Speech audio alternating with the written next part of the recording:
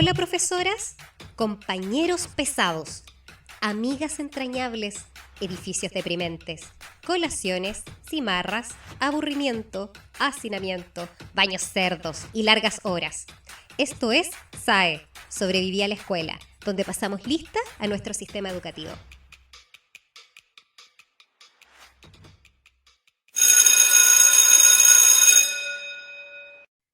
Hola, esto es SAE. Sobreviví a la escuela con sus conductores, el maestro Sebastián Tejos y el repitente don Oscar Waldo, quien les habla. Todos sabemos lo que cuesta la escuela, los horarios, la desmotivación, los abusadores, etcétera, etcétera. En esta ocasión nos visita alguien que sí que sabe de esfuerzo y de disciplina y de compromiso.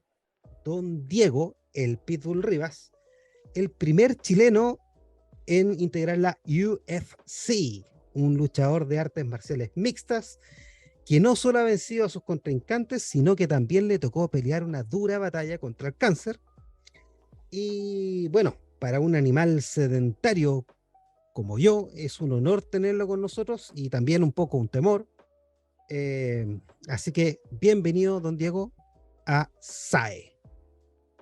Nada, muchas gracias, pues gracias ahí por la presentación, muchas gracias por el espacio igual de poder conversar y no tenga miedo, así eso, solamente uno se pone como el traje de peleador una vez que uno se sube a la jala o al ring, ahí uno recién ya es peleador, pero si no, usted me ves por la calle y tú ni siquiera vas a pensar que yo que soy peleador porque no aparento ser peleador, así que soy súper normal, soy chiquitito, bajito, así que no aparento ser un peleador.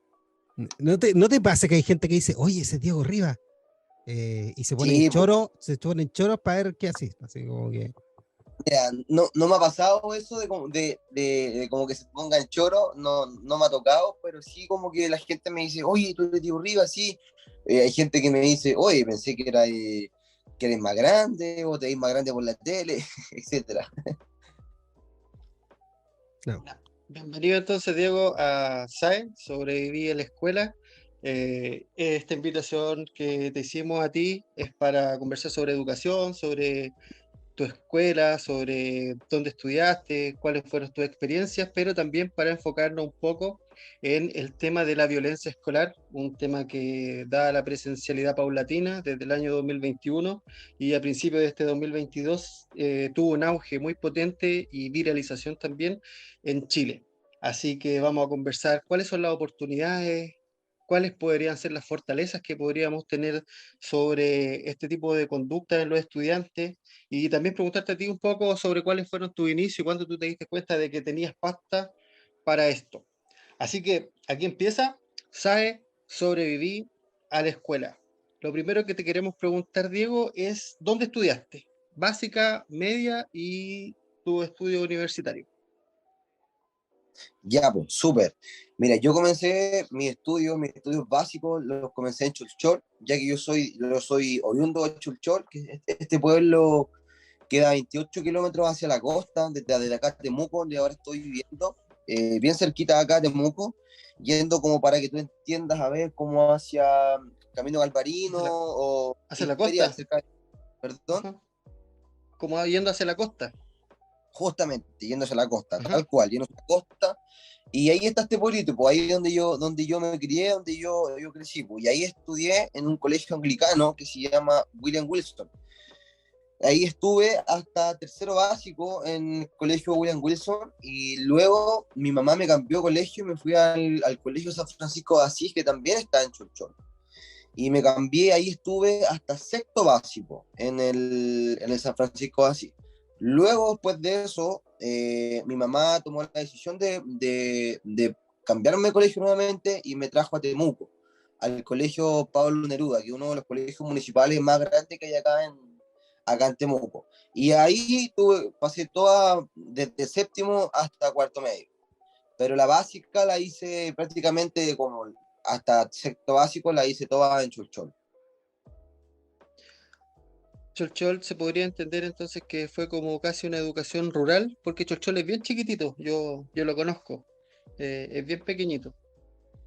Sí, mira, Chulchol es bien pequeño, pero ahora está un poquito más grande. O sea, desconozco en qué tiempo tú conociste Chulchol, porque Chulchol tiempo atrás, estoy hablando, no sé, 8 años más o menos atrás, aún estaba con calles de tierra, como tú bien lo describes, que estaba como bien rural. Hoy en día ya está un poquito más como pueblo, están todas las calles pavimentadas, la gran mayoría de todas las calles están con luces, entonces está como un poquito, y tenemos banco, que eso a la hora también para mí es como un logro súper grande que Chulchol también tenga banco, así que eso es súper bueno y también habla bastante bien del pueblito. Ya. Sí, yo lo conocí en el año 2007, más o menos, en el tiempo que yo estaba estudiando en la Católica de Temuco. Ya, claro, pues sí, pues todavía estaba ahí, ahí recién estaba cambiando Chulchol en ese entonces. Ajá. Después, en Temuco, cuando te vas al Pablo Neruda, tú ya eres interno ahí, ¿cierto? ¿Te fuiste como un internado? No, ¿O viajabas yo todos los días? viajaba todos los días. Mi mamá me enseñó. Lo que pasa, mire, que desde pequeño, mi mamá a mí me fomentó un poquito como ser independiente, bien independiente. Siempre tuve tareas en la casa, aunque era bien regalón y mamón, pero siempre tuve tareas en la casa. Tenía que llegar a hacer fuego, picar leña, tenía que ayudar a ordenar las cosas. Entonces, igual mi mamá de pequeñito me enseñó a viajar solito. Yo me levantaba a las 6 de la mañana todos los días y tomaba el bus a las 7, un cuarto para las 7, recuerdo que salía el bus en la mañana, uno de los primeros buses que salía de Chulchor y llegaba a las 8, llegaba como a las 7:30, 20 para las 8, llegaba ya al colegio. Entonces todos los días me levantaba tempranito y justamente daba la conciencia de que el bus pasaba por fuera del liceo, entonces yo salía del liceo, tomaba el bus y me venía al tiro para Chulchor. Bueno, bueno. ¿Tienes algún recuerdo en especial de los tiempos de escolaridad en Cholchol? ¿Alguna experiencia con algún profesor? ¿Algo que recuerdes que todavía lo tengas marcado? Sí, en Cholchol tengo hartos recuerdos. Creo que lo pasé muy bien también estudiando en Cholchol porque tengo marcada una profesora que era la tía Gaby, que ella se caracterizaba, o sea, todos la caracterizaban en el colegio por dos motivos. Uno era porque ella era súper estricta y aplicaba como el típico colegio. Antes los colegios, es súper bien sabido que los profesores te pegaban, pues ellos te tiraban las mechas, te pegaban un palmetazo, un coscorrón, y ella tenía esta modalidad de que de repente uno se portaba mal, pum, te pegaba un coscorrón, o de repente estaba ahí hablando, pum, te tiraba las patillas. Entonces, ella se caracterizaba, la tía Gaby, por eso, y también se caracterizaba también porque a ella le gustaba mucho hacer como exploraciones. Entonces, en Chulchón, como hay tanta naturaleza, y aparte el colegio donde yo estaba, el San Francisco así, estaba a metros del río Renaco, que es uno de los ríos, de los dos ríos que hay en Cholchol, y ella justamente hacía ciencias naturales. Entonces le gustaba mucho salir con nosotros, íbamos a explorar el río, los animales, los bichos, había muchos bichos en ese entonces, había mucha fauna, diversidad de animales en ese entonces en Cholchol, pero todavía no estaba tan plagado forestales, entonces había harto, pues salíamos, y tengo esos recuerdos de ella, esos dos recuerdos de la profesora Gaby que nos hacía salir y también nos pegaba.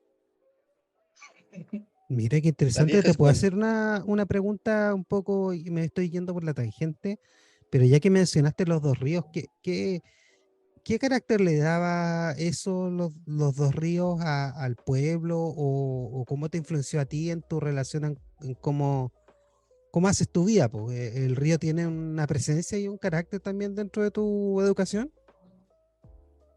Sí, pues, para mí sí, pues, o sea, yo siempre estuve ligado al río porque aparte igual mi casa queda cerquita del río, mi casa en Chulchol queda prácticamente a 600 metros del río, no del balneario, pero sí del río, y yo me crié en el río, o sea, yo los veranos para mí era estar todos los días en el río, pues yo aprendí a nadar a los 6 años, 5 años, aprendí a nadar, estilo río, como se le puede decir, y para mí el río siempre me ha sido como, no sé, pues mal han dicho el Cholo, oye, pero en Cholchol hay un río.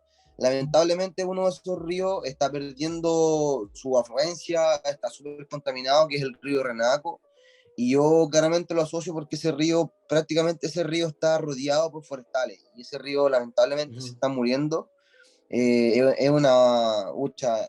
De verdad que es algo súper penoso lo que está pasando. Ese río cada vez está más contaminado, cada vez está más muerto. De hecho, tú vas en el verano, prácticamente casi está seco. Ahora, este año, como las lluvias aumentaron este año, este río ahora tiene un poquito más de caudal, pero de verdad que es súper súper penoso. Y en mi vida, a mí los ríos, para mí, el río para mí es vida. O sea, yo creo que Cholchol tiene la diversidad que tiene mucha agua y es prácticamente por el río que tiene, que es uno de los ríos más grandes de acá en Chile.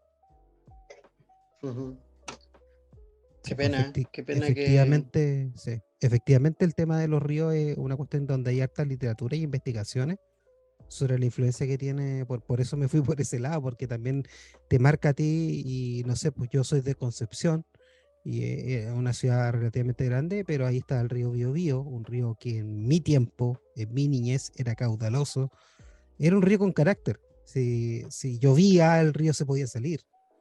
Eh, Uno veía garzas, animales, no sé, historias relativas al río, que alguien eh, se, se fue a nadar y se perdió, etcétera, etcétera, que también crea toda una cultura el río. Por eso me hice este paréntesis. Gracias.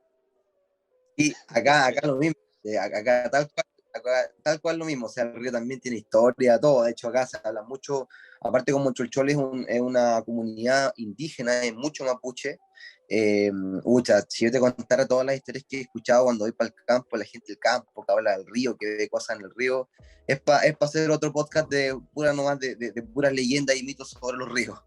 Sí. Buena.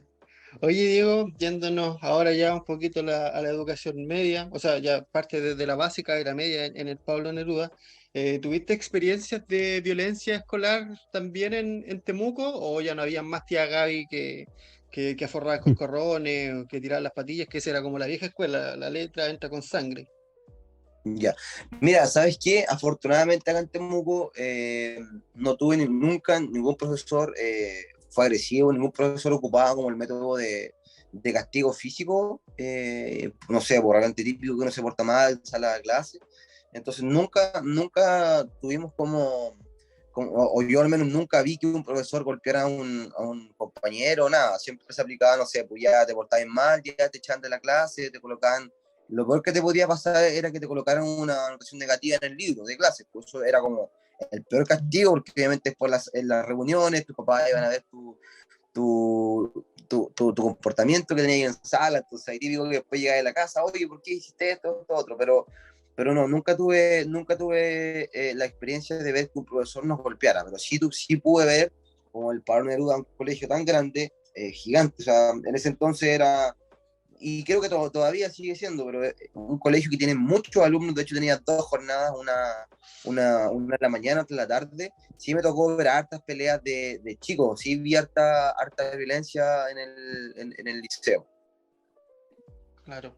Una de las hipótesis que yo manejo de por qué se produce tanta violencia escolar o por qué hay tantas peleas en las escuelas es lo que mencionas tú, la masificación de las escuelas, el recibir a Claro, tantos estudiantes, porque mientras más estudiantes existan, mejor subvención va a tener el establecimiento, entonces va a haber más plata para los sostenedores, y eso produce problemas, problemas de por claro, sí, como que si encierra a 1.000 o 2.000 personas en un recinto, una jornada de 6 o 7 horas, obviamente van a desencadenar en conflicto. ¿Participaste tú alguna vez en peleas? ¿Tuviste que defenderte o tuviste que pegarle a no. alguien? Mira, la única vez que tuve que de hecho todavía no sabía, ni siquiera sabía pelear ni nada, yo cuando chico era bien como tímido en el sentido de que me daba como harto miedo el pelear, de como que era súper reacio a las peleas, de hecho siempre mis amigos me defendían, pero una vez me tocó defenderme una vez que me quisieron asaltar. Me tocó una vez que unos tipos me quisieron asaltar, me asaltaron dos veces, me asaltaron una vez en el liceo, y otra me trataron de saltar y esa me pude defender y ahí forcejeé y te un par de patadas y me arranqué. Pues, bueno, ahí fue el momento en que como que pude defenderme, pero fue más que nada quizás porque me escabullí más y los otros dos, los tipos que me saltaron quizás no eran tan malos, no lo sé. Pero los otros sí, la otra vez que me asaltaron sí, me agarraron por la espalda y estaba parado esperando el bus y ahí me pegaron y me quitaron la plata. Pero no pasó a mayor y nada más. Ya. Y ¿Cuándo tú te das cuenta que tienes pasta de peleador? ¿Cuándo tus inclinaciones empiezan a ir hacia ese lado y tú te das cuenta de que ese va a ser tu futuro? Mira, ¿sabes qué? Mira, todo partió porque en el año 2007 mi mamá falleció. Mi mamá falleció de un derrame cerebral.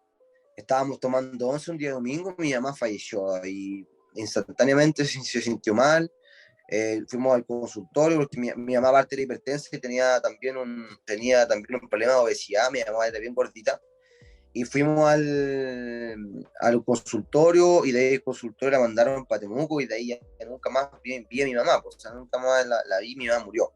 Y yo creo que fue en ese entonces que como que mi vida un poco cambió. ¿Por qué? Porque yo era un chico que en ese entonces yo quería ser cardiólogo, o sea, yo quería ser médico, quería ser cardiólogo, y yo era el mejor alumno de mi curso. Yo siempre estuve en el Pablo Neruda, el colegio. Hay dos cursos de selección, que es el A y el G. Y yo estuve todo el tiempo en el A, y después me cambiaron al G, donde estábamos. Había muchos tipos que eran muy capos, de hecho nunca bajaban las escalas, nada. Y, y fue después de que mi mamá fallece, como que yo me rebelé contra la vida, contra Dios, me rebelé contra todo. Y como que en ese entonces, en ese estado de rebeldía, yo conocí las artes marciales. Y ahí me di cuenta que, no sé por qué, pero un niño que era tan tímido como yo, que nunca en su vida había peleado, o sea, había peleado cuando chico, pero que en realidad no me gustaba pelear, me daba tanto miedo pelear. No sé cómo enganché y me empezó a gustar esta cuestión. Pues llegué a un gimnasio, llegué por una prima, que mi prima era karateca, es karateca todavía mi prima, y ella me llevó a un gimnasio a hacer karate. Entonces resulta de que en ese gimnasio, en ese entonces ya se estaba haciendo, todavía se le llamaba acá en Chile Vale Todo. Y comencé haciendo Ujú. Vale Todo, o sea, comencé haciendo karate, pero resulta de que el profesor se dio cuenta de que a mí no me iba muy bien en el karate. ¿Por qué?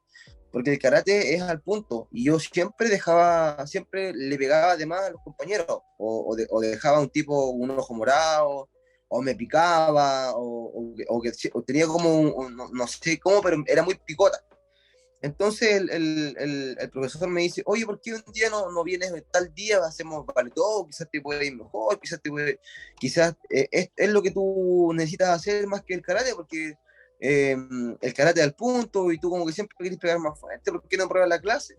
Listo, pues no se te diga más. Fui un día a probar la clase de vale todo. Obviamente todos me pegaron porque yo era más chico, aparte era el primerizo, pero rápidamente a demostrar condiciones. Pues me enseñaron algo, me enseñaron un solo derribo, que era el tackle, me enseñaron esa primera clase, aún lo recuerdo, y resulta que con esa cosa que me enseñaron, boté a todos los otros que llevaban más tiempo que yo, pues, aunque me pegaban y todo, pero resulta que los empecé a botar a todos.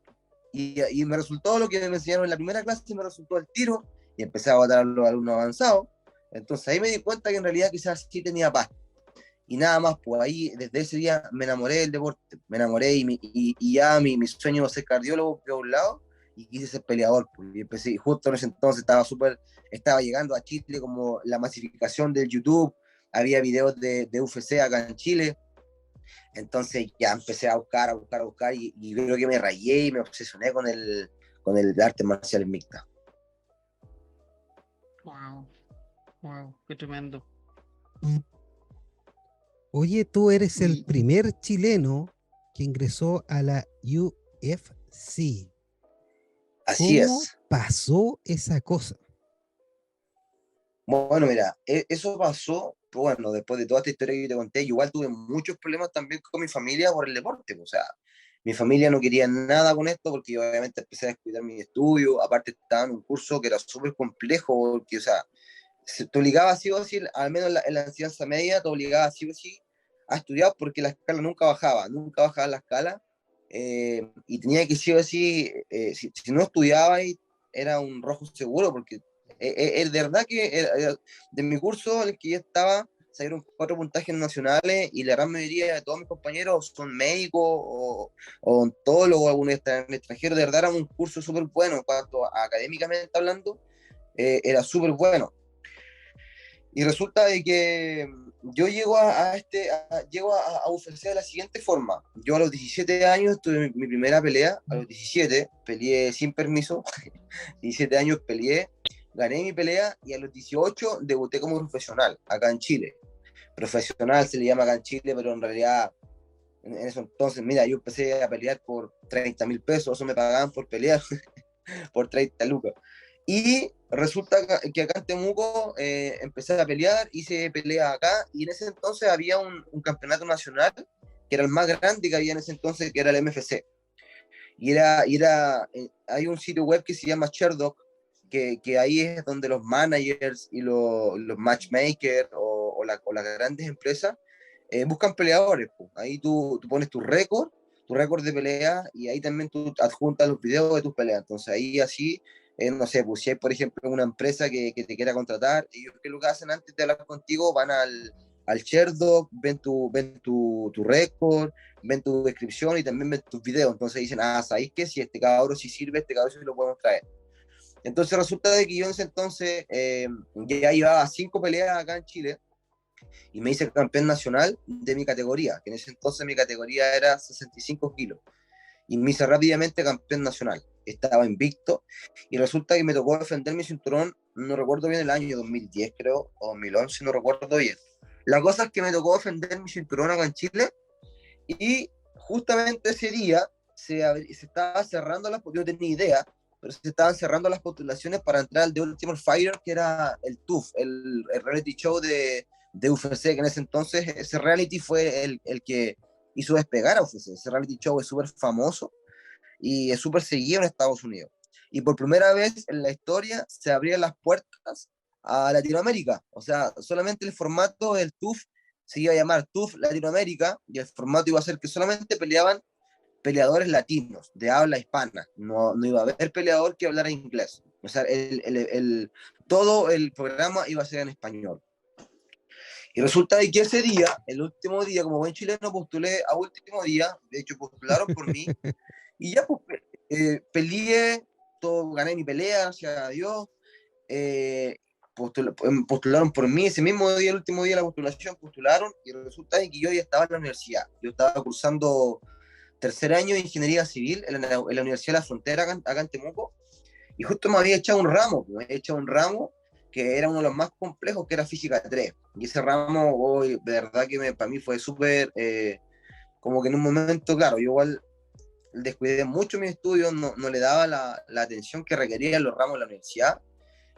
Había pasado todo lo otro, pasé los cálculos, álgebra, pasé las ecuaciones diferenciales, etcétera, las otras físicas, pero ese ramo, te juro que había algo en ese ramo que yo me llegué en un momento a sentir como tonto, como que no entendía nada, no sé, me iba a sentar y no entendía lo que hablaba el profesor, y también mi mente estaba todo el rato metida también en las peleas, porque yo quería todo el rato estar peleando, estaba en clase viendo videos de pelea o viendo videos de técnica, etcétera, y resulta de que estaba justamente dando ese ramo que me había echado, y me llama por teléfono un número desconocido, un número que no tenía el código nacional.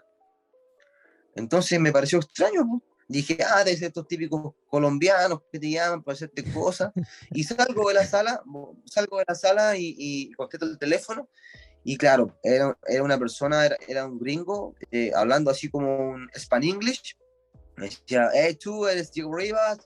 Sí, es que tú estás seleccionado para la primera etapa del reality show, de Ultimate Fighter, y ahí yo no lo podía creer. Pues. Entonces yo pensé que era una broma, porque yo todo el día le hablaba a mis amigos del UFC, del reality, y de aquí y allá, y yo de verdad había perdido yo nunca pensé que iba a entrar al reality, pues. No tenía idea. Y me llaman por teléfono y me dicen que estaba preseleccionado, que tenía que viajar a Estados Unidos, a Las Vegas, a Nevada, para hacerme los exámenes médicos, exámenes de droga y todo, para ver si entraba al reality. Y ahí mi vida cambió. Dejé de ser un NN como nacionalmente y de ser estudiante, y ahí ya decidí que en ese entonces iba a ser peleador, pues, o sea, era mi oportunidad. Me costó tomar la decisión porque obviamente tuve muchos problemas con mi familia, en el sentido de que yo estaba estudiando, y nadie quería que yo dejara los estudios, o sea, porque igual es una cuesta grande, o sea, imagínate, yo me iba, podía perder un año más de carrera, un año más, y aparte yo estaba con beca, entonces si dejaba los estudios iba a perder la beca. Entonces fue una decisión difícil. y tomé la decisión nomás. Me acuerdo que una tía me dijo, mire hijo, me dijo, es mejor que usted lo haga ahora, tiene toda la vida para estudiar, no importa después cómo estudie, pero es mejor que lo haga ahora, si no se va a arrepentir todos los días de su vida por qué no lo hizo. Y es una oportunidad que no la va a tener otro, y por algo la tuviste tú. Y tomé la decisión, pues tomé la decisión, dejé mi estudio, congelé, y con $40 me fui a Estados Unidos, en la billetera. Ya. Con Oh, 40 dólares, el sueño americano, Sudaca. así es, el sueño Oh. cholcholino le llamo yo. Como con $40 me fui, llegué a Estados Unidos, no pudimos viajar a Estados Unidos, sino que nos metieron en Brasil.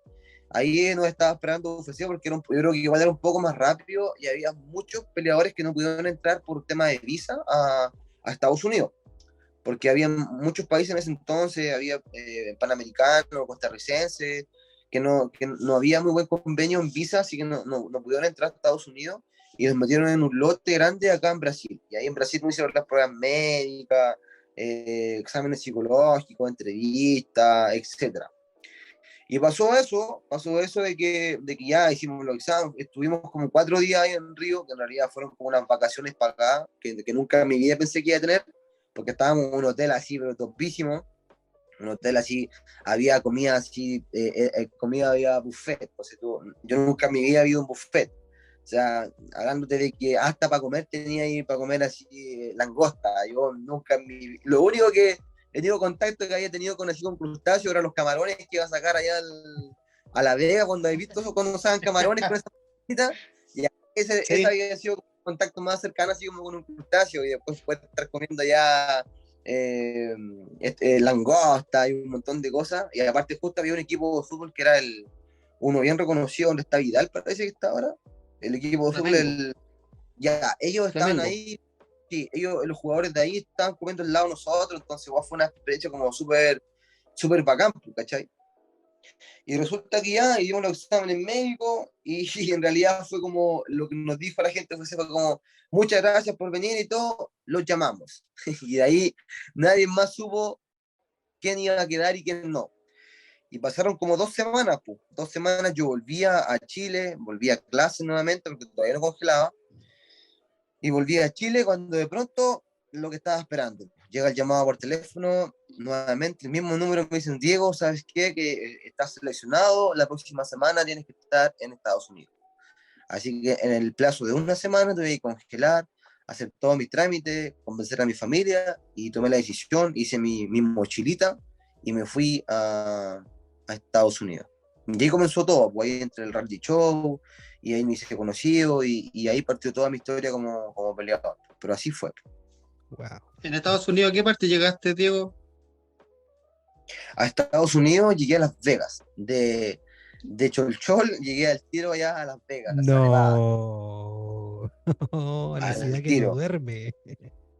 La ciudad que no duerme, justamente, pues ahí, imagínate, pues, conocer Las Vegas, la cantidad de... Bueno, Las Vegas en sí lo espectacular es la calle principal, que es Las Vegas Boulevard, y como los alrededores, que son como 3 calles así paralelas a ella. Eso en realidad es como lo que tú ves en las películas, pues, donde están, por ejemplo, los casinos, donde están las montañas rusas, donde tú ves como el desmadre, el desloque que hay por las calles. Es como en una cuadra, pero estoy hablando aquí de una cuadra así como gigante, pues, o sea, es una cuestión gigante que como que parte por la ciudad, pues. Y lo demás es todo, es desierto, por lo demás todo es desierto, es una ciudad que está en el desierto, pues. Y ahí estuve yo, pues, en esa ciudad.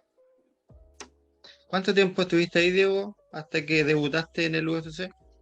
Bueno, ahí en Las Vegas, estuve en el reality, estuvimos casi 2 meses, un poquito menos estuvimos como 6 semanas más o menos, sí, casi 2 meses.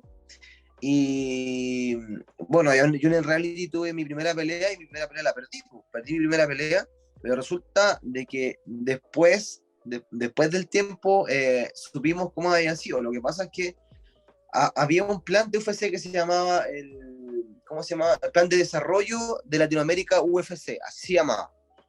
Y resulta en qué consistía este plan, de que nosotros no sabíamos, pero en este plan hace un año atrás ya habían escogido a los participantes para el TUF Latinoamérica, un año y medio antes.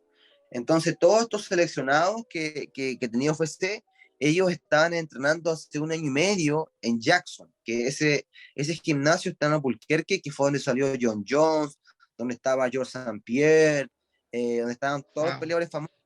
Ahí ellos estaban entrenando hace un año y medio. Entonces, ¿qué fue lo que pasó?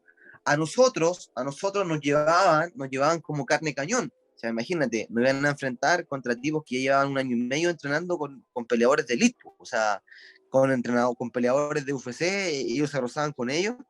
Y resulta que se encontraron con la sorpresa de que cuando nosotros empezamos a pelear, empezamos a colocar en problemas a los participantes que ya llevaban más tiempo que nosotros. Entonces yo tuve la suerte, la fortuna de que me tocó pelear con el favorito de Dana White.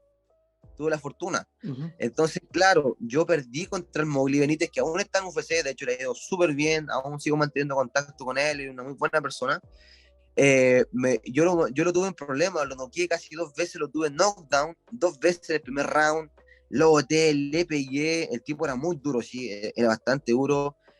Fuimos al intercambio, cruzamos golpes, el tipo cayó 2 veces al suelo, y en el segundo round, el tipo yo lo mismo, vamos al choque, y lo golpeo, lo boto, y en el suelo el tipo me invierte.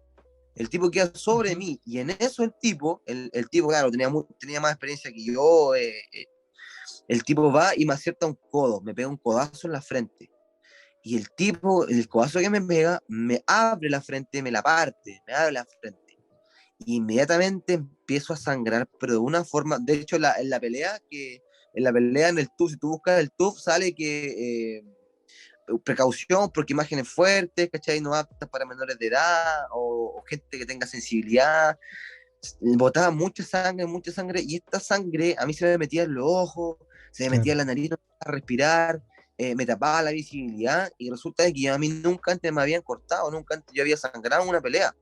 Entonces yo me asusté un poquito, no sabía qué me pasaba, por parte de que me caía tanta sangre que no podía ver, y eso de verdad que me molestaba mucho. Después caí de espalda nuevamente, y era tanta la sangre que se me metía en la nariz, no me dejaba respirar, se me metía y saltaba, de verdad que en el video de la pelea se ve y salta como un chorro, así, salta como un chorro de sangre, saltaba sangre, no me dejaba ver.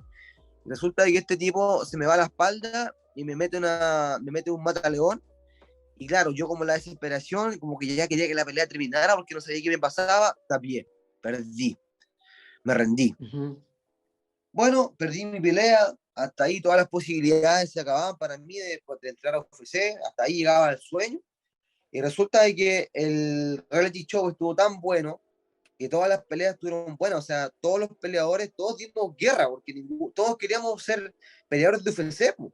Todos dimos guerra, y resulta que a Dana White le gustó tanto las peleas, de hecho el tipo estuvo en casi todas las peleas, yo tuve la suerte de que estuvo en mi pelea, le gustaron tanto las peleas que el Dana White nos da la posibilidad a todos los peleadores del TUF a poder debutar en UFC. Y el que gane se quedaba con un contrato en UFC. Y ahí parte mi historia. Yo después hice mi debut en Brasil, en el UFC Uberlandia, y ahí Ujú. peleé contra un mexicano y gané por decisión unánime. Y ahí parte después Ujú. mi historia, de ahí después hice 4 peleas más en UFC, en las cuales ahí gané 2 y después perdí 2. Ya. Oye, tremenda experiencia. Oye, ¿tú te acuerdas de ese rodillazo que le metiste cuando ganaste? Y bueno, esa era mi segunda pelea que hacía en UFC, mi segunda victoria. Ya. Y claro, obviamente siempre un knockout va a llamar mucho. De hecho, eso es lo que más vende, pues. Eso es lo que más vende. De hecho, el Ignacio Bamonde, igual yo creo que es ahora nuestro embajador en UFC. Él también se hizo Ajá. también conocido por ese espectacular knockout que también hizo. Y claro, obviamente lo recuerdo, también marcó un hito también en mi carrera, pues. Ahora, yo siempre he sido también de la mentalidad de que lo que está en el pasado ya es historia. Para mí, claro, fue un lindo momento, me dio a conocer mundialmente, me hizo conocido, pero claro, así como me tocó ganar ese día, también después me tocó perder, pues entonces es una pelea más, no más que claro, la forma en que pegué el ruidazo fue espectacular, por la precisión, por el timing, fue súper bueno, lo habíamos entrenado harto, y aparte ya ese peleador también ya lo habían noqueado muy similar, entonces como era judoka, tendía mucho a Ujú. bajar el centro de gravedad para entrar al takedown, entonces le entraba justo un rodillazo. Buena, buena, buena. Oye, Diego, y llevando esto del profesionalismo a la realidad y el fenómeno chileno que se dio y que se está dando ahora hace poco, que arman verdaderos ring en la calle estudiantes de diferentes colegios. Y yo no sé si tú has tenido la oportunidad de ver los videos, pero van con guantes de box, los rodea un grupo importante de estudiantes, hay uno que hace de referí y se enfrascan en una pelea. ¿Cómo ves tú ese fenómeno? ¿Qué es lo que puede detonar en los estudiantes el que ellos quieran ir a realizar ese tipo de actividades fuera de la escuela? Claro. Bueno, mira, yo creo que ahí son hartos factores los que influyen. O ahora, dentro de todo lo peligroso que eso también puede llegar a ser, porque cuando dos personas que no tienen entrenamiento se ponen guantes y se van a golpear, es muy fácil que suceda un accidente, o sea, es muy fácil que haya un knockout, es muy fácil que alguien se quiebre una nariz, una mano, etcétera. O sea, los riesgos de un accidente en algo así, entre dos personas que no tienen preparación, y más si hay gente de afuera también que lo está viendo, que menos tiene preparación, o sea, el riesgo de un accidente es súper alto. ¿Verdad que es preocupante ver esa situación, pero también creo que también habla de una necesidad también que hay también en cuanto a la sociedad. O sea, creo que eh, yo al menos, por ejemplo, yo me acerqué al artes marciales como también una forma también de liberar también como mi rabia, y creo que el haber conocido las artes marciales canalizó también esa energía que yo tenía. Creo que por ahí también pasa el tema. Hoy en día vemos también que nuestra sociedad como chilenos, en las casas de toda la gente, hay muchos problemas. Pues desconozco si nadie sabe la historia que hay detrás de uno, pero me imagino que deben ser chicos que quizá no tienen una forma también de entrar en la sociedad en que vivimos, de encajar, y quizás la única forma que ellos quieren, no sé, hacerse conocidos, quizás entre sus pares, reconocidos de esta forma, pues, peleando. Pues. Hay muchos también, jóvenes también, que practican y también están, cada vez también se están ligando más como estas peleas, llamarlas como peleas clandestinas. También yo he escuchado mucho, no me ha tocado ver gente que se ponga guante, me ha tocado ver peleas así nomás de los colegios, donde en la plaza se juntan, los típicas peleas de colegio y pelean, pero no me ha tocado presenciar estas peleas así más organizadas. Pero me imagino que pasa por eso, por un tema igual de que deben ser niños también, de que también están practicando y también quieren hacerse conocidos entre sus pares. Ujú. Oye, Diego, ¿tú no crees que también el deporte en general se deja bastante de lado en la educación? Y tampoco se integra el deporte con el aprendizaje. O sea, tú también podrías aprovechar de meter materias dentro de lo que uno está haciendo, porque tú aplicas conocimientos de física, eh, también cuando tú haces artes marciales. No sé, y yo creo que, o sea, no creo, sé que el deporte es algo que está bastante dejado de lado, y no hay como plan eh, estatal para que la gente pueda hacer deporte y de hecho poder liberarse de las tensiones que la misma modernidad nos tiene a nosotros estresados con la propia vida. ¿Cuál es tu visión de eso? ¿Cómo tú te imaginas que esto podría cambiar de alguna forma? Que no sea simplemente que exista un Diego Rivas en una ciudad chica, sino que pueden haber 10, 100, 1000, ¿cachai? O que la gente también no esté aislado, que no sea solamente un esfuerzo increíble de tu parte y tenga que ser la única forma en que llegue a ese lado. ¿Se puede de otra forma o no? ¿Qué crees tú? Mira, yo lamentablemente mira, tengo 30 años y en mis 30 años no he visto que haya un cambio en cuanto a reforma en los colegios, en la educación, en cuanto al deporte, lamentablemente. Creo que acá en Chile, por ejemplo, los colegios acá, la rama de deportes que hay son súper malas, sobre todo los colegios municipales, no así, por ejemplo, los colegios privados, que sí ellos tienen, de verdad que los colegios privados invierten mucho en deporte. O sea, yo le hago clase a niños que están en colegios privados y no sé, pues tienen competencia de atletismo, participan en fútbol, son activos, juegan básquetbol, juegan voleibol, pero de verdad que es súper, y entrenan, de verdad que es súper movido el deporte, incluso hasta artes marciales también tienen una poca instrucción también de artes marciales. Y creo que eso acá en el país falta. No, no sé si tendrá que llegar una persona que cambie la mentalidad y cambie la reforma. No sé cuál será el camino. No sé, pero me da un poco, claro, cuando tú expones esto también me da un poquito, disculpa la palabra, pero me da un poquito de rabia, ¿verdad? Porque siempre tratamos de copiarle todo al gringo, todo. Pero las cosas, muchas veces copiamos las puras cosas malas. Por ejemplo, en Estados Unidos, Claro. me tocó cuando estuve en Estados Unidos viviendo, de que conocer la realidad de los colegios porque iba a entrenar a 2 colegios allá. Allá todos los colegios en Estados Unidos tienen wrestling, tienen lucha olímpica. Es como un deporte nacional allá el wrestling. Allá se Sí, po. vive, se vive, se vive y se vive el wrestling. Y de hecho allá el deporte en Estados Unidos, porque en Estados Unidos es súper cara la educación. Estamos hablando de que, no sé, acá por ejemplo en Chile una carrera, por ejemplo, no sé, lo que yo estaba estudiando, ingeniería civil, me costaba, no sé, 3 millones en ese entonces al año, allá cuesta $100.000. Entonces, es súper caro estudiar en Estados Unidos. Y el deporte es una de las herramientas, una de las vías que la gente como nosotros, la gente que no tiene dinero, la gente común y corriente, utiliza para poder estudiar. Entonces me llamaba mucho la atención, a mí me llamaba mucho la atención que los profesores de lucha olímpica, los profesores de wrestling, eran todos o eran enfermeros, o eran ingenieros, o eran arquitectos, eran puras carreras, eran todos profesionales.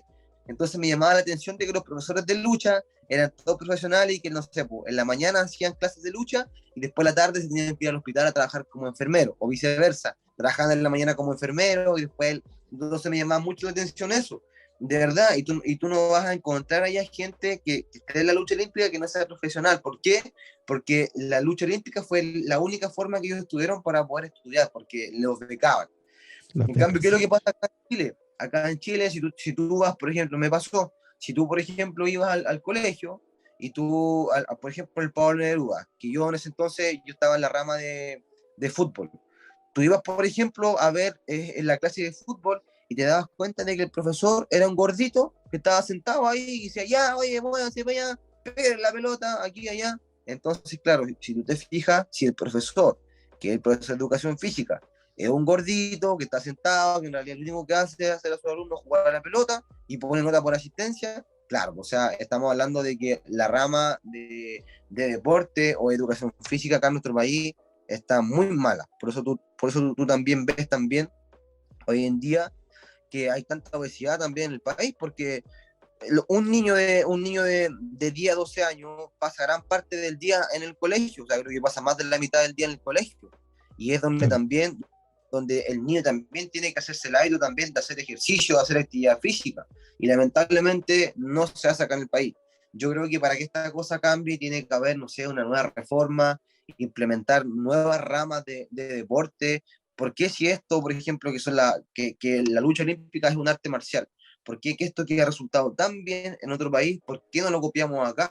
Yo creo que la lucha olímpica, incluso lo pongo sobre las artes marciales mixtas. ¿Por qué? Porque la lucha olímpica es un deporte olímpico que también es federado y tiene aportes del Estado. Entonces yo creo que no sé si faltará visión en los dirigentes, en los políticos, en las personas que no se han dado cuenta aún de que este deporte, la lucha olímpica, puede sacar personas de las poblaciones, puede sacar a un niño de la drogadicción, puede sacar a un niño de los problemas familiares, le puede dar una oportunidad, porque este es un deporte federado. El Estado invierte cantidad y cantidad de millones en Chile Deporte, en estas cosas. Entonces yo creo que hay formas de poder levantar este deporte.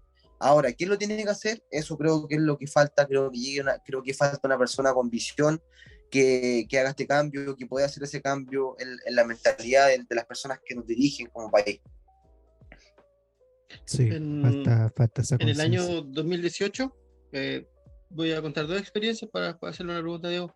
En el año 2018 yo tuve la oportunidad de ver la infraestructura y el sistema educativo en Nueva Zelanda, en varios lugares. Y me llamó mucho la atención que en uno de los colegios, Rotorua High School se llamaba, un colegio que por fuera parece un mall, no parece una escuela. La infraestructura que ellos tenían destinada a la parte de acondicionamiento físico, educación física o a los deportes, eran como 5 gimnasios unidos uno al lado del otro. Y estas 5 secciones en que se dividía este tremendo espacio estaba destinada a diferentes tipos de deportes, pues, handball, básquetbol, fútbol, pero había uno en el que, como este colegio tenía muchos estudiantes de ascendencia maorí, ellos estaban aprendiendo lucha libre, wrestling, como dijo Diego, y artes marciales mixtas. Y con las personas, los profesionales chilenos que estábamos, nos miramos y dijimos, sería ideal que esto se implementara en Chile con esta clase de infraestructura, pero lo que le falta en Chile a la comunidad escolar o al estudiante chileno en sí es la disciplina que tienen en Nueva Zelanda para poder llevar a cabo este tipo de prácticas y este tipo de intervenciones. Estaban a cargo de varios profesores, pero tú no veías estudiantes agrediendo a otros de manera indiscriminada. Cada uno seguía lo que el profesor, o en este caso el guía, el coach, quien fuera, estaba diciendo lo que se tenía que hacer. Y en el año 2021 estábamos desarrollando un proyecto con varios profesionales chilenos, entre ellos arquitectos, doctores en educación, y yo viajé a Estados Unidos para tomar registro de varias infraestructuras en las escuelas de las partes que estuvimos, que fue en Washington, en Nashville, en Chattanooga, entre otras partes. Y el factor común que tenían mucho de esta infraestructura escolar era que todos tenían espacios súper definidos para el deporte, desde las piscinas, los camarines, las duchas, las salas para efectuar este tipo de deportes que van enfocados hacia las peleas, las artes marciales, el boxeo, de manera tremenda. O sea, no había ¿cómo podríamos decirlo? No tenían un límite para la inversión de infraestructura. Y aquí lo que voy, y te voy a preguntar a ti, Diego, ¿crees tú que en Chile tenemos infraestructura, no solamente en las escuelas, sino que en las comunidades en general, para poder llevar a cabo y desarrollar esto de manera masiva?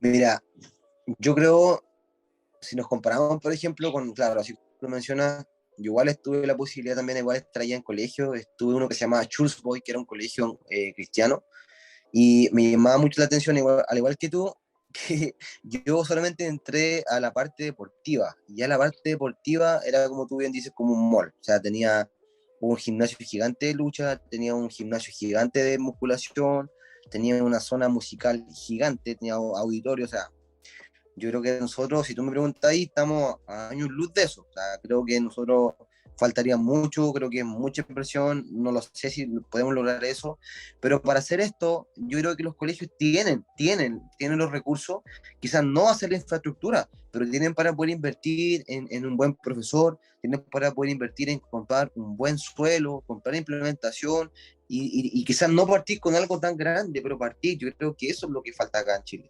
Ahora, volviendo a tu pregunta, creo que no tenemos la infraestructura, o sea, si tú me hablas, no tenemos esa infraestructura tan grande, gigante, pero yo creo que con lo que tenemos también se pueden hacer cosas, con lo que tenemos también se puede partir por algo y empezar también a hacer un movimiento de esto entre los colegios.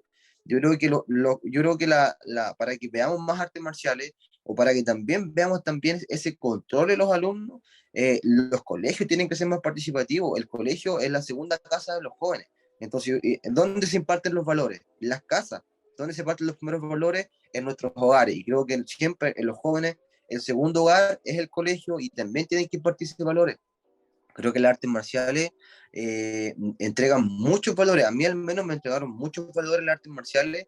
Creo que gran parte de la persona que soy, aunque tengo muchos errores, cometo muchos errores, pero gran parte de lo que hoy en día soy fue también gracias a las artes marciales, porque también en el momento de más tormenta me supe mantener calmo, y también en el momento que estuve en las estrellas también me supe mantener con los pies en la tierra. Entonces creo que las artes marciales son súper necesarias en la vida de las personas, y lo digo así, necesarias, porque de verdad muchas veces ayudan mucho en cada situación nos ayudan a enfrentarnos cada vez, nos vamos, cuando tú estás entrenando, cuando tú estás compitiendo, o cuando estás luchando, tú te enfrentas a ti mismo también, te enfrentas en contra del cansancio, tu mente te empieza a jugar en contra, no puedo, estoy cansado, pero ahí uno rompe el umbral, ahí uno llega a su umbral, y sí, sí puedo, y aunque tú no lo creas, eso te ayuda mucho también en otras también circunstancias de la vida, de verdad te ayuda mucho. Hay un tema del Que control ahí que encuentro particular de las artes marciales. Un control personal, control que encuentro que lo relaciono también al tema de qué es lo que hacen, de por qué es importante también que los jóvenes lo hagan, porque si tienen algo, algún tipo de relación violenta con la realidad, ellos se pueden controlar de, de poder entrenar ese tipo de cosas. Es distinto pegar un combo a maletero a alguien que estar entrenado también. Entonces, yo creo que eso es bastante importante porque te va haciendo consciente también de tu propia fuerza. Y eso no es algo que sea tan fácil y no es algo tan obvio. Entonces la gente que incluso, gente que trata de dar un golpe o tiene un momento violento, si está entrenado, es distinto a alguien que no está entrenado. ¿Cachai? Como que encuentro que también tiene un tema del control, es ese tema de pelear. Claro. Y segundo, quería hacer otro, estoy acá puros dando paréntesis.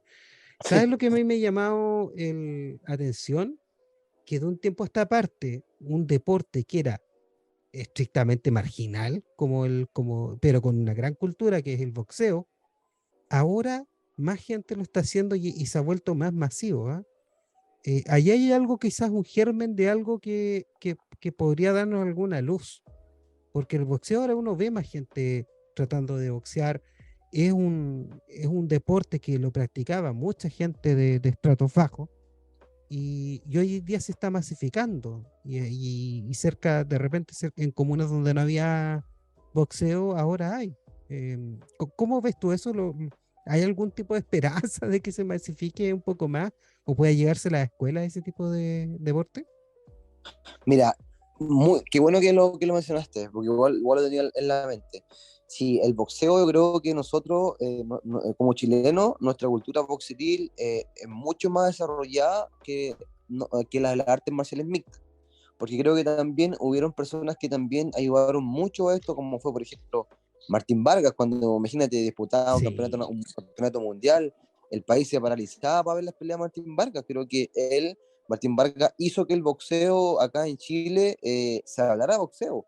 Creo que gracias Ujú. a eso, por ejemplo, no sé, pues yo le hablo a mi papá del boxeo y inevitablemente no habla de Martín Vargas. Todo el mundo de ese tiempo habla de Martín Vargas, y lamentablemente el boxeo pasó por una decadencia que creo que también hay parte también por las personas también que lo imparten. Y tú mencionaste algo, que el boxeo era como muy, disculpe la palabra, pero era así como muy de población, como muy Claro, marginado. sí, po. Y resulta porque el boxeo acá en Chile, en un entonces, perdió la marcialidad, la marcialidad, perdón. ¿Por qué? Porque el boxeo es un arte marcial también, y un arte marcial también inculca valores, inculca respeto, inculca también como el autocontrol.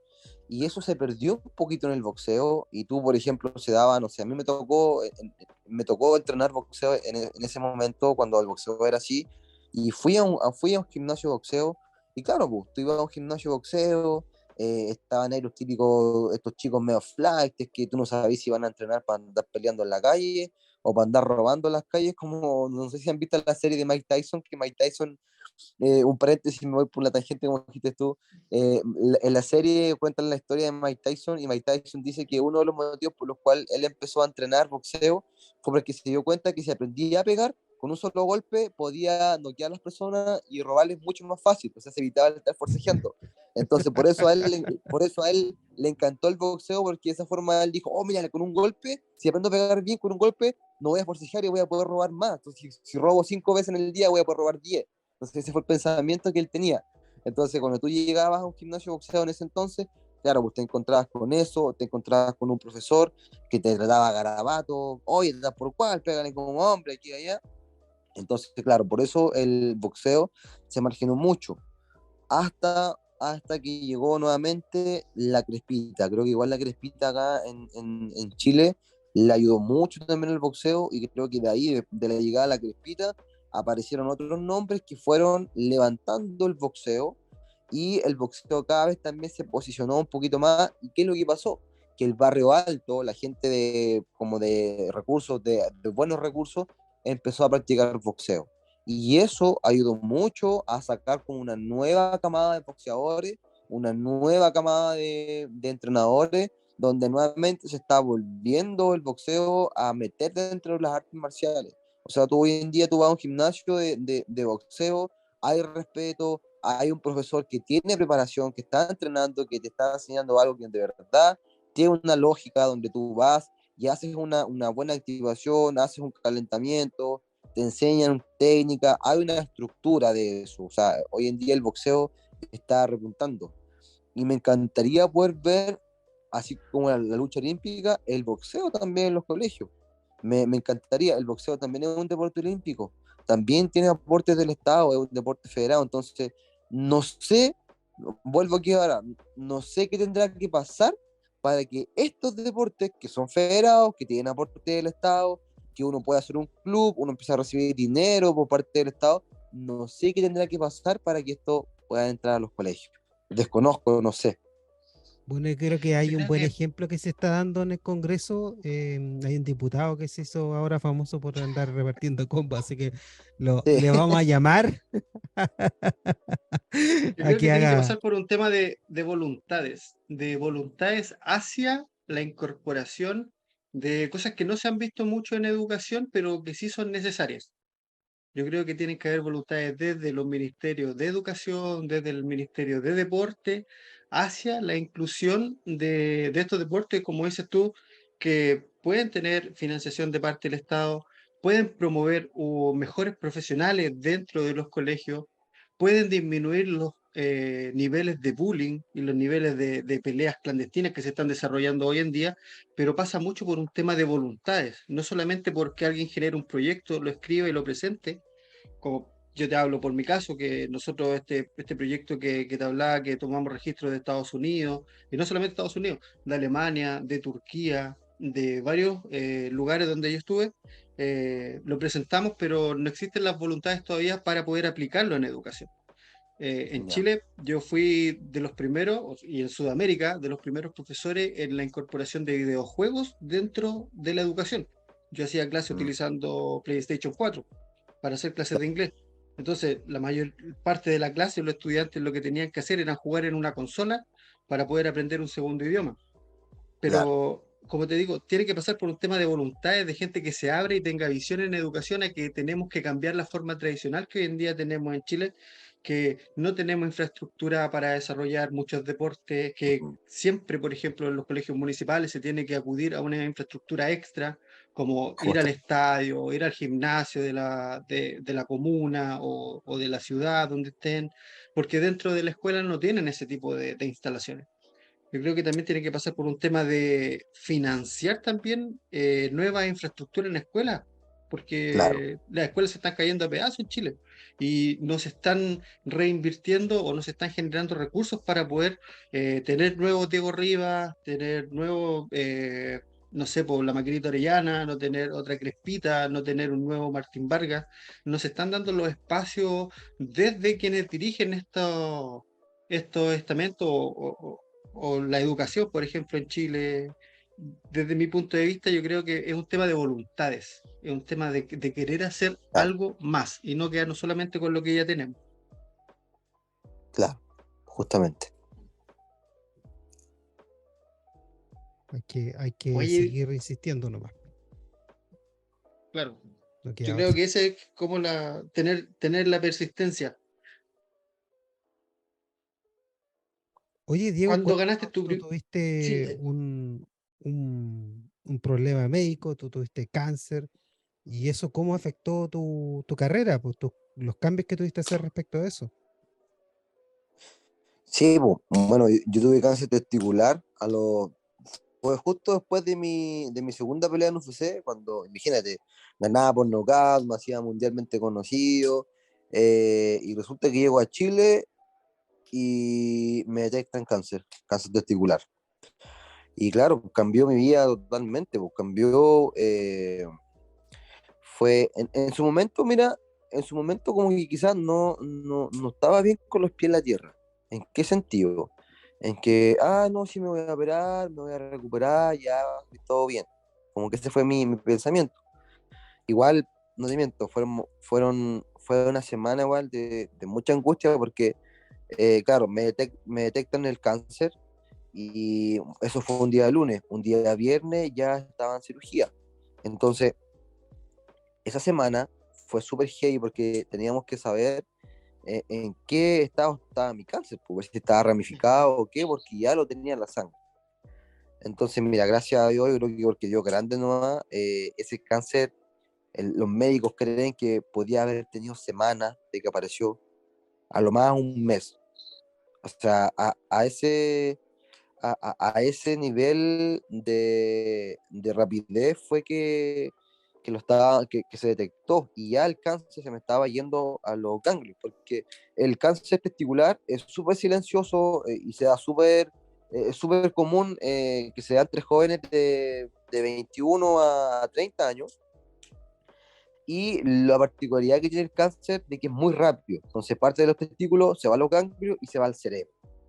Entonces, son dos pasos más cuando parte los testículos. Y cuando ya está en el cerebro, pucha, ya no hay mucho que hacer. No, ya no. De hecho, tú te das cuenta que tienes cáncer testicular porque te empiezan a dar jaqueca. Te empieza a doler mucho la cabeza, te da jaqueca y te marea. Entonces, uno de los síntomas es ese.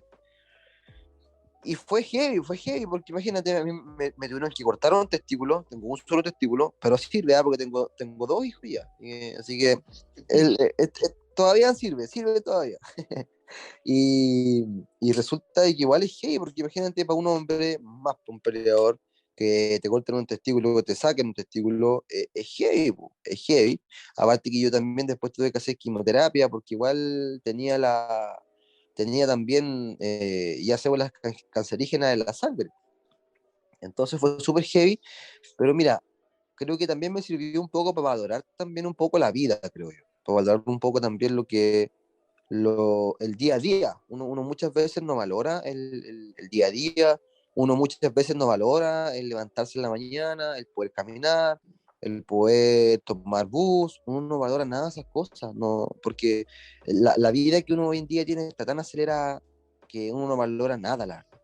Y eso a mí me sirvió para valorar. ¿Por qué? Porque ya después de que me operé y todo el postoperatorio fue heavy, porque mi carrera en UFC también estuvo siempre marcada por las lesiones, porque peleé en UFC, gané mi primera pelea y me lesioné una rodilla. Estuve como 6 meses fuera. Después de nuevo volví, gané, me dio cáncer. Estuve un año fuera. Después de nuevo volví, me lesioné el hombro, estuve a punto de cortarme el acromio. Se me cayeron 2 peleas producto de esa lesión. Entonces, igual fue heavy mi paso. Pero vuelvo de nuevo a lo que estaba diciendo de que uno muchas veces no valora lo que tiene. Pues a mí me tocó que cuando me dio cáncer empecé a valorar un poco más el hecho de poder estar vivo, porque me tocó ver gente que sí que hacía quimio al lado mía, gente que de verdad me tocó ver así, en estas crudas palabras, me tocó ver cadáveres vivientes, cadáveres caminantes, gente que sí lo estaba pasando muy mal, familias de personas que sí lo estaban pasando muy mal, personas que acompañaban a sus familiares a hacer la quimio. De verdad que para mí en ese momento ahí fue como, wow, o sea, de verdad, lo que yo tengo o lo que estoy pasando no es nada comparado con el de al lado. O sea, siempre cuando uno piensa, y más cuando uno es joven, uno piensa, ¿por qué pasa todo esto a mí? Aquí, acá, pero en realidad siempre va a haber una persona que va a estar peor que tú. Y me sirvió harto en ese sentido. Mentalmente creo que me hizo mucho más fuerte de lo que ya era el haber pasado por esa situación. Gracias a Dios salí bien de eso, ya estoy de alta. Igual todos los años me tengo que hacer exámenes de sangre y estar yendo una vez al año, al menos al urólogo para ver el estado de mi otro testículo. Pero creo que sí, creo que fue súper duro los primeros meses. Fue súper duro porque yo pensé que no iba a poder volver más a pelear. Pensé que no iba a poder volver más a pelear por un tema también de que mi cuerpo igual cambió un poco con la quimio. Pasaron como 3 meses después de la quimio en que mi cuerpo volvió a ser el que era antes. Mm, Interesante, interesante historia. Hoy yo comparto el mismo diagnóstico tuyo, yo también sufrí el mismo diagnóstico, tuve la misma cirugía y de verdad no es fácil, no es fácil levantar la cabeza y volver a retomar el ritmo que uno tenía antes, aun cuando lo mío estaba en el ámbito de la pedagogía y de hacer clases, no, por no utilizar mi cuerpo de manera física para poder desarrollar mi carrera. Diego, ¿cuáles son las expectativas y los planes que tienes a futuro? ¿En qué está ahora? Cuéntanos un poquito de eso. Mira, de momento, mira, estoy ahora, no voy a volver a pelear. Toda la gente me pregunta si voy a volver a pelear. Estoy en otra etapa de mi vida en la cual yo ahora no soy peleador, soy papá de familia, soy hombre de familia ahora. Van a ser mi segundo hijo, tengo mi esposa, gracias a Dios me casé. Creo que ha sido una de las mejores cosas que me ha pasado el haberme casado. Y ahora lo que yo quiero hacer, quiero poder tener un espacio, quiero poder tener un gimnasio o una academia donde yo pueda también traspasar todos estos conocimientos a las personas. Yo viví de este deporte, prácticamente he estado la mitad, tengo 30 años, he estado 15 años metido en esto, de los cuales de esos 15 años, 5 años estuve metido en Estados Unidos entrenando en los mejores gimnasios, con los mejores atletas, con campeones mundiales, y esa experiencia me gustaría poder traspasarla a la gente en un futuro, quién sabe, poder sacar más peleadores o fomentar esto. Para mí es un sueño, de verdad, para mí es un sueño, no sé qué forma, ahora quizás lo puedo hacer un poquito más concreto porque estoy entrenando a un diputado, pero yo justamente uno de mis sueños es poder meter una de estas ramas a los colegios, o el boxeo, o las artes marciales mixtas, o la lucha olímpica. Creo que quizás el camino es más por la lucha olímpica o el boxeo, ya que son deportes federados o estatales que el Estado les da subvención y son más conocidos. Pero uno de mis sueños, y me gustaría trabajar, no sé qué forma, no me gusta la política, no me quiero meter en política, pero no sé si habrá un camino en el cual podamos meter estos deportes en los colegios. Creo que ese es el camino, creo que ese es el camino y me gustaría poder trabajar para eso, no sé, mi sueño es poder ver a mi hijo en el colegio viéndolo luchar, o ver a un sobrino, o ver al hijo de mi mejor amigo viéndolo luchar, y me gustaría que eso ojalá pudiese llegar a los colegios, ¿no? De verdad me gustaría trabajar para eso, aparte también de trabajar en mi gimnasio, todo eso, pero no sé, creo que por ahí también va mi misión, no sé si será mi misión, no lo sé, o tendrá que llegar otro que lo haga, pero me gustaría trabajar para eso. Bien, Cerramos el programa, siempre le hacemos dos preguntas a todos. La primera es que ¿cómo te hubiese gustado la escuela? ¿Cómo te hubiese gustado que hubiese sido tu escuela o la educación que tú recibiste? Mira, me hubiera gustado dos cosas que creo que me hicieron mucha falta. Me hubiera gustado tener más formación, me hubiera gustado tener un inglés mucho mayor, un nivel mucho más alto. Si bien es cierto, yo no soy falta de la universidad, estaba en un nivel intermedio y creo que también me sirvió harto. Pude mejorar un poco más mi internet, mi, me pude desarrollar un poquito más por necesidad, pero me hubiera gustado que el tema del inglés hubiera sido mayor en el colegio. Y lo otro también, las áreas deportivas. Creo que las áreas deportivas, como también las artes y la música, son tres áreas de nuestra vida. Las artes en general, las artes como tal, están muy votadas a los colegios. Y creo que esa es la base. Si tú te pones a mirar todas las civilizaciones antiguas, las grandes civilizaciones, lograron lo que lograron porque tenían muy desarrolladas las artes. Bueno. Y la segunda es, ¿cómo te imaginas la educación del futuro? Puta, me imagino dos escenarios, pues. Tengo dos escenarios en mi mente. Creo que si no hay un cambio pronto en la educación, vamos a ver una educación muy deteriorada en unos 10 años más. Creo que vamos a ver mucho más descontrol en las aulas de clase. si es que no actuamos rápido como sociedad, si es que nuestros dirigentes, los que los gobiernan no hacen algo por la educación, creo que vamos a ver mucho más descontrol en las salas de clase. A los profesores ya no se les respeta. A partir de ahí ya no hay respeto por los profesores. Creo que hoy en día, creo que hoy en día existen dos carreras que son súper fome desarrollarlas. Una es ser carabinero y la otra es ser profesor. Creo que son dos carreras profesionales que si no hacemos algo por ellas va a ser muy complejo en un futuro. Gracias. Y yo creo que estamos lejos. No voy a echar ni en cierre. Bueno, te agradecemos, Diego, por venir a hablarnos. Te agradecemos también por lo que inspiras tú, por lo que tú significas para la gente que puede hoy en día también verlo esto como una alternativa. Eso también tú tienes algo que ver con eso, porque, porque al tener un chileno por fin en Estados Unidos compartiendo eso es algo que antes no estaba. Así Claro. que en eso es algo que agradecerte, algo en lo que ese esfuerzo también puede ser un faro que le ayude a más jóvenes a tomar el mismo camino. Así que Claro. agradecidos también por tu influencia. No, Sí, de nada, Diego, ustedes también, muchas gracias. muchas gracias Perdón, dale. por haber asistido y haber atendido a esta invitación que te hicimos para este podcast que estamos realizando, que está enfocado en la educación. Sobreviví a la escuela. Una historia de esfuerzo con Diego Pitbull Rivas, el primer chileno que puso a Chile en el mapa de la UFC y con tremendos pergaminos. Así que muchas gracias, Diego, por haber participado en este podcast con nosotros. Agradecido.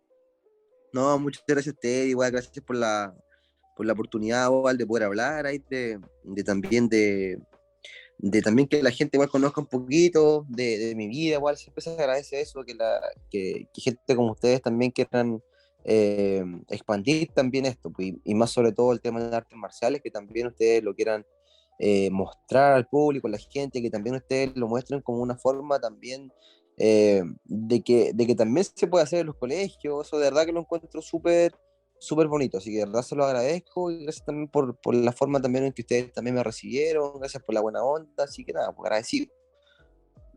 Vale. Gracias. Este fue otro capítulo más de SAE, Sobreviví a la escuela. Chao. Chao, chao.